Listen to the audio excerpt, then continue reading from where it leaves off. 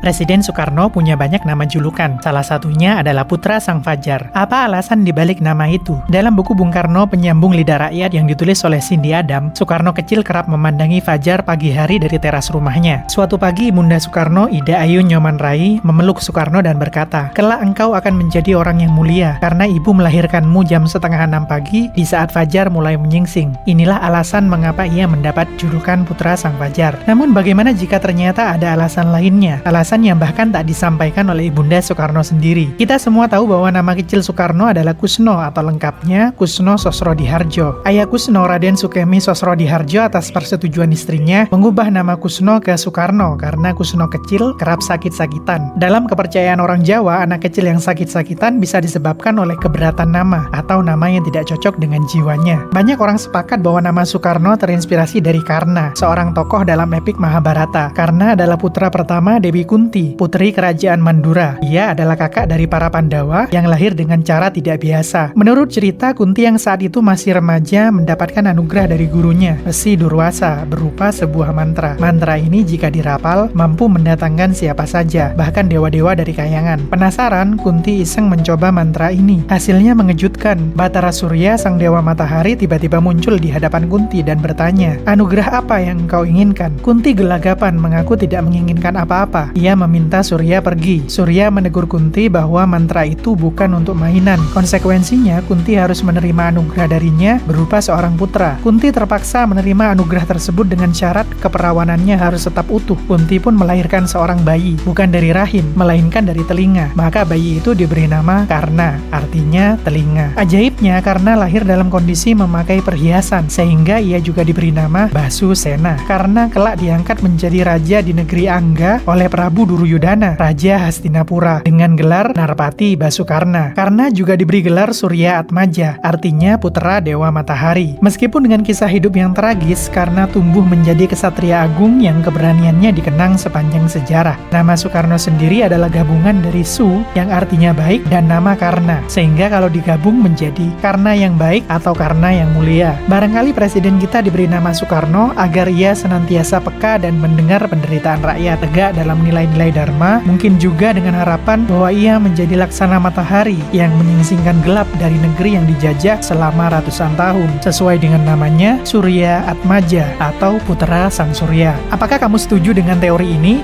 Silakan tulis pendapatmu di kolom komentar.